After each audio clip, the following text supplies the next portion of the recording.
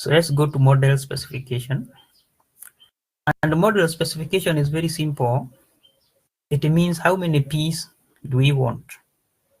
That is what we mean by model specification. How many lags? How many periods behind do we want? So I have some notes. The most important part of setting up a VAR model is choosing the right number of past lags or past periods, P, to include. This is called lag length. Lag length. In other words, number of periods behind.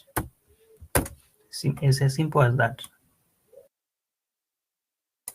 So lag length refers to the number of past time periods or observations of a variable that are included in the model. We typically use information criteria to help us choose the best lag length. These are formulas that help balance good model fit with keeping the model simple. The most common criteria we use is the archaic information criteria, or what we call the Bayesian information criteria. Other books we call it the Schwartz Bayesian criteria. So a rule of thumb is that a lower value of AIC or BIC suggests a better model. So specification. What do you mean by specification is choosing.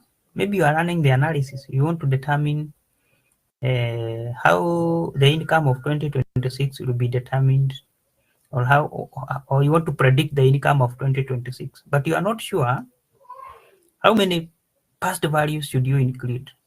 You don't know whether to include 2 years behind, 3 years, 4 years, 5 years, 10 years, 20 years of that particular income, maybe of a company. You want to predict, but you are not sure how many past periods should you include. Yeah.